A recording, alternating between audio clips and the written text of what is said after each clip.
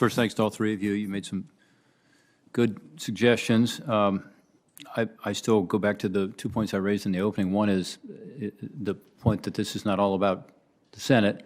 Having been one of the associate counsels to the President for George H.W. Bush, who looked at nominees and their financial disclosure forms and so on, we thought it was pretty arduous at the time, but it's become much more so. The point you made today, I think, was that 30% of vacancies never receive a nomination. And we've talked a little about, Professor O'Connell just talked about acting officials and how that has increased. And in effect, actings have taken away the Senate role for confirmation. So anyway, I won't ask for more on that today, except to say that we would like for the record, and maybe the partnership is the place to look to give us some more specific suggestions on the pre-Senate nomination process, the appointment process, and that's within the purview of this committee, so it's part of our oversight responsibilities. Second is just the quality of the candidates. We heard a lot today about making the process more efficient. Again, I think there's a lot of merit to that. But also, I get back to my point about improving the quality for nominees. Are there any changes to the Senate procedures, perhaps short of going back to a 60-vote margin, to incentivize that more qualified nominees be recruited and nominated? I open that up to all three of you. Senator Portman, I'm happy to start and invite my fellow panelists to chime in. One of the things that we were surprised to discover as we began some of our work around presidential transitions and the high number of appointees that a new administration must confirm is how few positions are associated with position descriptions. We've actually created over 400 position descriptions that didn't exist and are not available. So in some cases, it would be helpful for the Senate to have a better understanding of what the real job is for some of these positions. And you articulated positions where you're very, very familiar with what's required, and the Senate has even put statutory qualifications in place.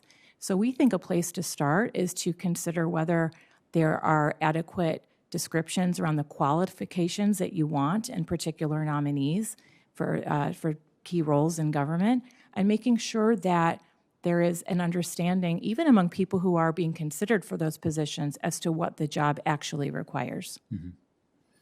Mr. White, any thoughts on that? Well, to your point about Senate procedures, I do think this is crucial. I understand there were strong arguments for reducing the threshold for confirmation in terms of cloture on nominees. But the fact is, the Senate's procedures have become, as the committee knows more than anybody, ever more sort of straight majority rule in more and more situations, with less and less deference given to the judgments and the procedural powers of individual senators.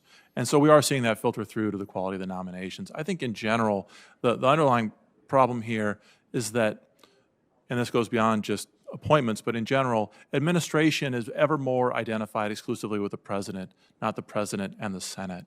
Administration is seen as something the executive takes care of while the Senate worries about other things. And so I think it's crucial for the Senate to reconsider its procedures surrounding advice and consent, to slow things down for the most important nominations and use them as real points of leverage for oversight of the agencies in general.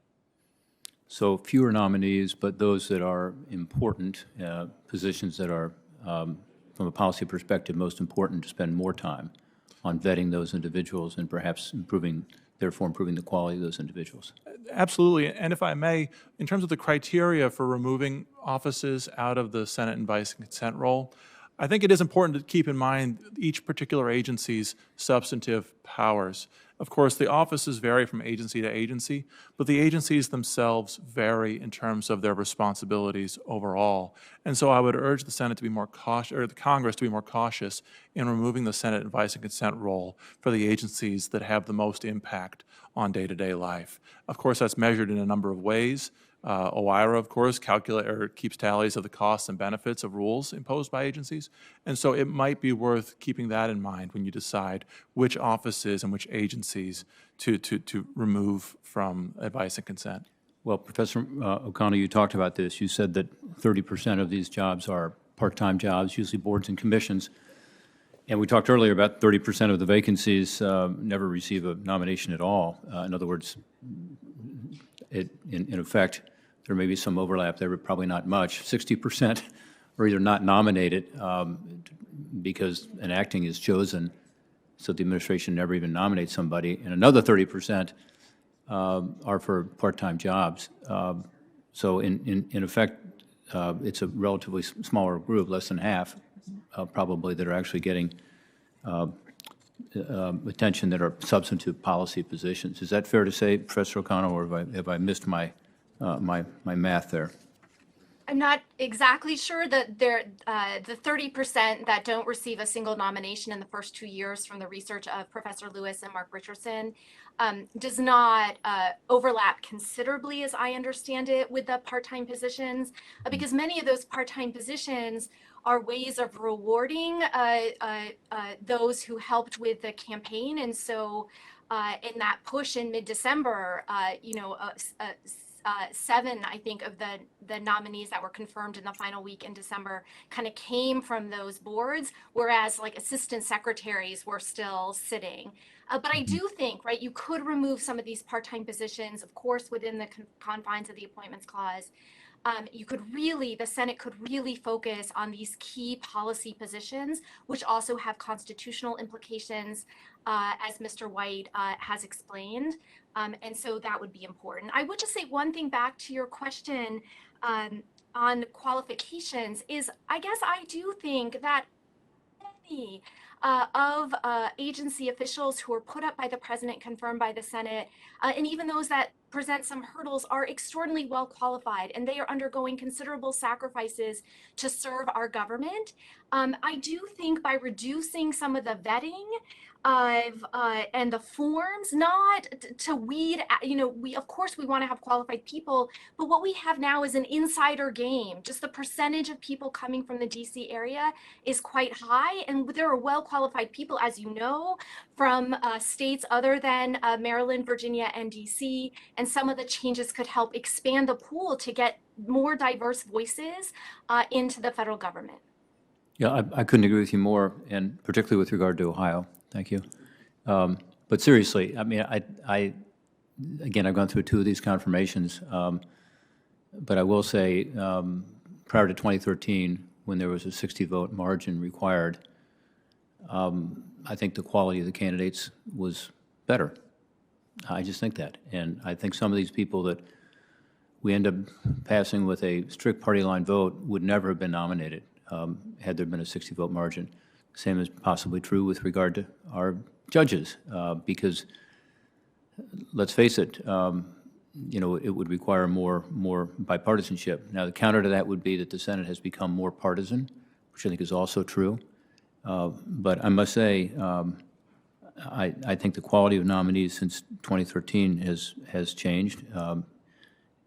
And again, I don't think some of these nominees that are now being nominated, who again have been online. I guess weren't many people worried about what Twitter was saying back in 2013, but some of the things they've said and done, and then the positions they're being put up for, like we talked about the Merit Systems Protection Board, someone who's openly and overtly partisan, it just doesn't make sense.